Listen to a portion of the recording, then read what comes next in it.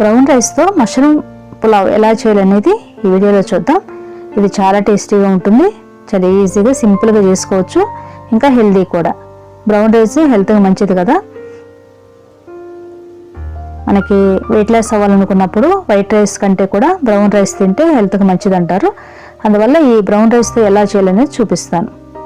ఇవి చూస్తారు కదా మష్రూమ్స్, ఇవి పుట్టగొడుగులు. ఇవి మనకు ఎక్కడైనా సరే సూపర్ మార్కెట్లో దొరుకుతున్నాయి ఈజీగా. ఇవి లో కార్బ్స్, ఇంకా ప్రోటీన్ ఎక్కువ ఉంటుంది దీనిలో. అందువల్ల ఇవి హెల్త్కి చాలా మంచిది. వాటిని శుభ్రంగా కడిగి ఒక మష్రూమ్ని రెండు భాగాలుగా చేసుకుని పక్కన పెట్టుకున్నాను.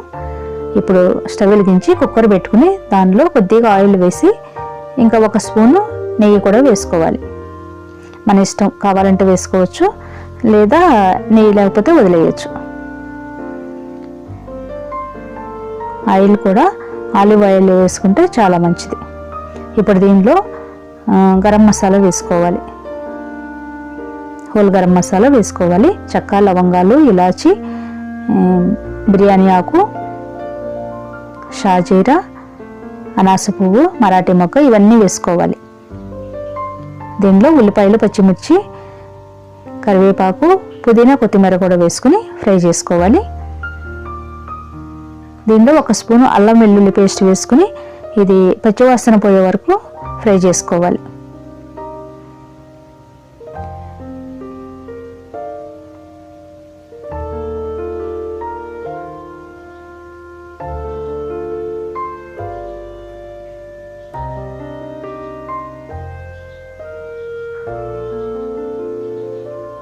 ఇందాక కరివేపాకు వేసే కదా, ఇప్పుడు పుదీనా, కొత్తిమీర కూడా వేసుకోవాలి.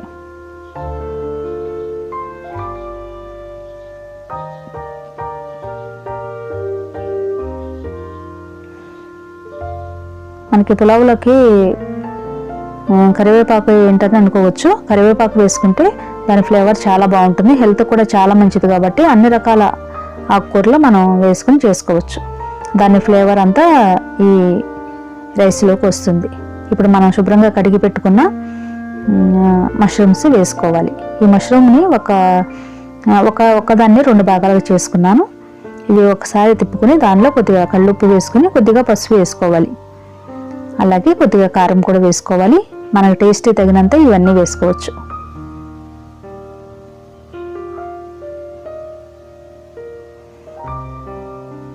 ఇది హెల్త్కి చాలా మంచిది కాబట్టి మనం అప్పుడప్పుడు ఈ మష్రూమ్ దొరికినప్పుడు చేసుకుంటే చాలా టేస్టీగా ఉంటుంది, హెల్త్ కూడా చాలా మంచిది. ఈ ఉప్పు కారం అంతా ఈ ముక్కలకు పట్టే విధంగా ఒకసారి తిప్పుకొని కొద్దిసేపు మూత పెట్టి మగ్గించుకోవాలి. ఇప్పుడు దీనిలో 1 స్పూన్ ధనియాల పొడి వేసుకోవాలి. అలాగే 1/2 స్పూను గరం మసాలా, అంటే చెక్క, లవంగాలు, ఇలాచి, హోల్ గరం మసాలా ఇందాక వేసే కదా, అవి నేను పౌడర్ చేసి పెట్టుకుంటాను. కొద్దిగా వేసాను అనమాట, ఇంకొద్దిగా టేస్ట్ రావడం కోసం.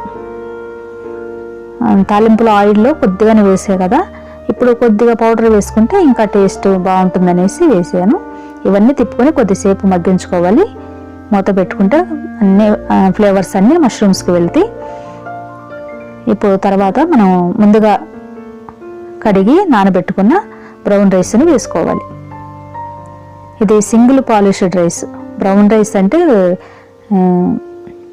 మరి పొట్టు తీసిన బ్రౌన్ రైస్ కాదు, సింగిల్ పాలిష్డ్ రైస్ అన్నమాట. ఇవి 2 గ్లాసులు వేసుకున్నాను. చిన్న గ్లాసుతో 2 గ్లాసులు వేసుకోవాలి. మనం రైస్ 2 గ్లాసులు వేసుకున్నాం కాబట్టి వాటరు 4 గ్లాసులు వేసుకోవాలి. ఇది single polished rice, brown rice కాబట్టి కొద్దిగా వాటర్ ఎక్కువ పడుతుంది. 2 గ్లాసులు వేసుకుని కుక్కర్ మూత పెట్టి 4 విజిల్స్ రానివ్వాలి. కొద్దిగా మెత్తగా ఉడుకుతుంది అనమాట. అప్పుడు చాలా బాగుంటుంది టేస్టీగా.